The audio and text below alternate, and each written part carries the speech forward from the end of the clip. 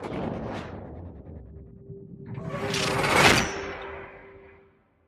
everyone, welcome back to Crypto Spark, and thank you for all of the support. Well, I have an interesting thing today to show you. I'm going to start at the end, but first let's just define what is a creative economy and why do we even care about it. It has been studied and there's a lot of definitions, but the economic system known as the creative economy includes so many things in our day-to-day lives. And you know, if you've watched this channel, I love when some company spawns up and wants to deal with stuff that are use cases that we all come across on a regular basis. Well, the creative economy spreads out into so many different things and hundreds of billions of dollars, if not trillions of dollars. Sometimes people throw it in the category of the arts, but there's an extension that comes off of it for so many different categories, from broadcasting to books to YouTube providers, content providers, and so many other things that are related to that, from marketing and drama and everything in between. The extension are millions and millions of people that are involved with it in some way, shape, or form. The big companies have teams of lawyers to deal with that. Nowadays, use cases will end up becoming these kinds of areas using smart contracts so that the mid-tier and lower tier people that are involved with this by the millions and millions and millions, maybe even you, will be able to be secure and get paid appropriately. Well, I'd like to go into the company, but let's go backwards because NEO is under this. If you don't know what NEO is, we'll do that in another video. I've talked about it multiple times. They're kind of known as the Ethereum of China. But not a lot of great news has come out of China recently, but they're still building the platform for other companies. What type of partnership between NEO and Zeepin? The operation of ZPT, including trading-related smart contracts, will be on NEO. Besides, Zeepin will stand as a vertical industrial ecology in NEO ecosystem, focusing on global service and cultural and creative industries. NEO is Zeepin's strategic investor and partner. We will grow together. There's a big group of challenges under this as a whole that they're trying to take care of. The global creative industry develops rapidly. The growth rate still falls short of industry analysts' expectations. Reason is that the leading enterprises develop slowly and that the development of medium and small and micro-sized enterprises are the ones that are having all of these challenges. Obviously, creative infrastructure is a big part of the puzzle, and this is a place where they're trying to give several apps, or at least their goal is to develop multiple apps that many different facets of this entire economy can use and connect to each other through smart contracts. Very intelligent concept we'll get into a little bit deeper. Number one, I want to go over one of the big problems that they're solving. The difficulty of rights confirmation. You create something, how do you back it up with some kind of security to know that you have the right to that, whether it's intellectual product or any other kind of product in this creative industry? There is a lot of issues with this.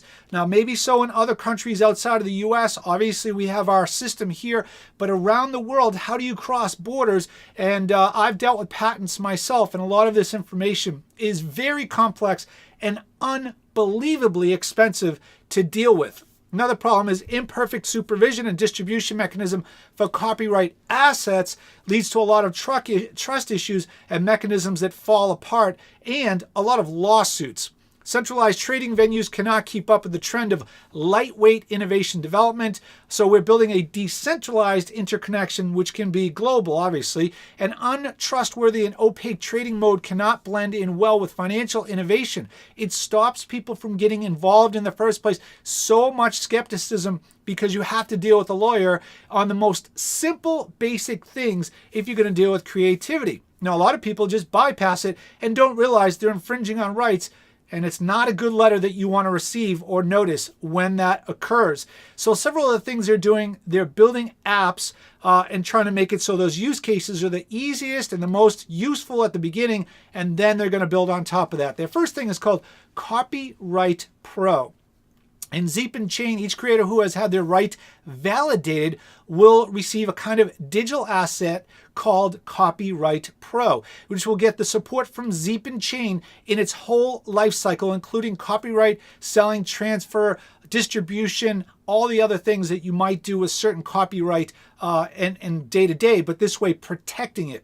Then there's something they call Authorization Pro. On the chain, there's going to be Authorization Pros, and they are kind of digital assets with fast, safe, and trusted. But the ultimate here is that it's decentralized so that you don't have to deal with all the stuff that you generally deal in a centralized nature. Now, there's several dApps that they're going to be creating.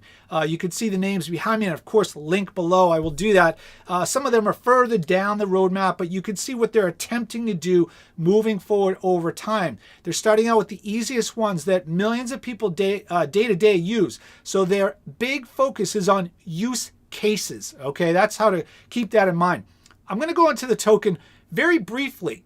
And there is another piece that I need to talk about here that will help you understand that when I go over reviews, there is a lot of reason I go over certain companies, because if they're connected to NEO, then there's no telling what could happen if these guys do get onto an exchange. It could be potent, but that doesn't mean that it's all just good and there's no downside to this. Of course, they're developing a token, and we'll talk about that. I looked through their team. Let me say this. Their team looks phenomenal, and I really like what I was reading, except there is a problem here, or it's a challenge, and maybe they'll update this and maybe they'll improve this by the time their token is live. It's very complicated to look up these particular founders and developers and people that are working on the project. Here in the US, we use LinkedIn, and of course, people use that around the world. Now, maybe they have another version of that, but they certainly didn't share it. And that is a problem. It was very complicated to verify who these people are and what they're doing. So think about that as you go through this particular company later on. Now, obviously, if they make it on an exchange, maybe you'll just look at that anyways. Look into their very deep white paper if you are going to get involved. If it's something you're interested in or putting in your back pocket for later on, if they get on an exchange, it's something to think about as well.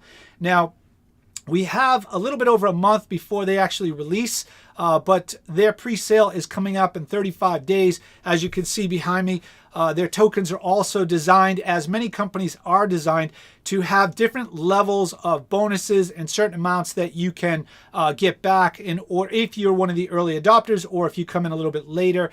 They do have a soft cap and a pretty large cap, so they are definitely on the larger side. However, they're one of the only companies that I've seen recently. I'm not saying there aren't any other ones. They're one of the only companies accepting NEO for their payments. As a matter of fact, their minimum payment is 1 NEO. So it's not that much, but it does show you their support in support for NEO, and maybe getting a lot of support back from NEO.